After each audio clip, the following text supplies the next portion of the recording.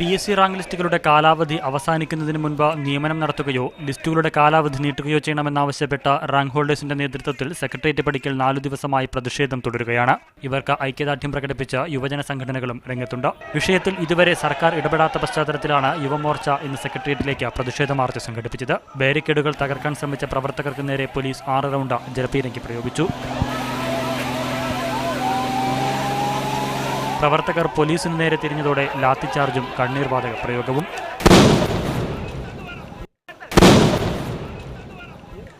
ഇതിനിടെ 2 പ്രവർത്തകർ സെക്രട്ടേറിയറ്റ് മതിൽ ചാടിക്കടന്നു. ഇവരെ പോലീസ് അറസ്റ്റ് ചെയ്തു നീക്കി. റാങ്ക് ലിസ്റ്റുകളിൽ നിന്ന് നിയമനം നടത്താത്ത സർക്കാർ തീരുമാനം അംഗീകരിക്കില്ലെന്ന് BJP സംസ്ഥാന പ്രസിഡന്റ് കുമ്മനം രാജശേഖരൻ പറഞ്ഞു. ആ റാങ്ക് ലിസ്റ്റിൽ നിന്നും അവർക്ക് തൊഴിൽ കൊടുക്കാനുള്ള ബാധ്യത ഈ സർക്കാരിനുണ്ട്. ആ ബാധ്യതയിൽ നിന്ന് ഒഴിഞ്ഞു മാറാൻ പാടില്ല.